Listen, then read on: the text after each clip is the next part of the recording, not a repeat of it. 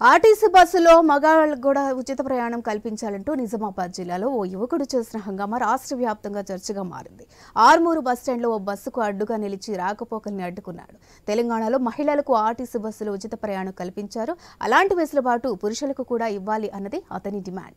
చాలాసేపు బస్సులు ఆగిపోవడంతో ప్రయాణికులు ఇబ్బంది పడ్డారు. ఇక ప్రయాణికులు సైతం వాగ్వాదానికి దిగారు.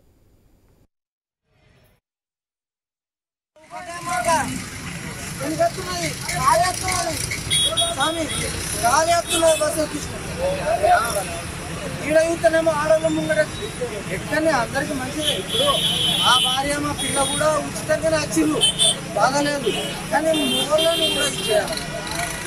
సీట్లు ఉన్న దగ్గర సీట్లు ఆడవాళ్ళకి కేటాయించారు, 10 సీట్లు మూగళ్ళకి కేటాయించారు. అంతే బరాబర్. వేరేదేం లేదు. రేవంత్ అన్న అంటే నాకు ఇష్టం లేదు.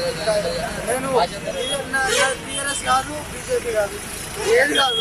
టీఆర్ఎస్ కానీ ఇక జీవన్ రెడ్డి చేసిందని ఇక పోనీ ఉన్న ఎమ్మెల్యేలకు మనము సపోర్ట్ చేయాలంటే, ఉన్న మంచోడు మన సీఎం కూడా అంటే రేవంత్ రెడ్డి సరే సపోర్ట్ చేస్తాం.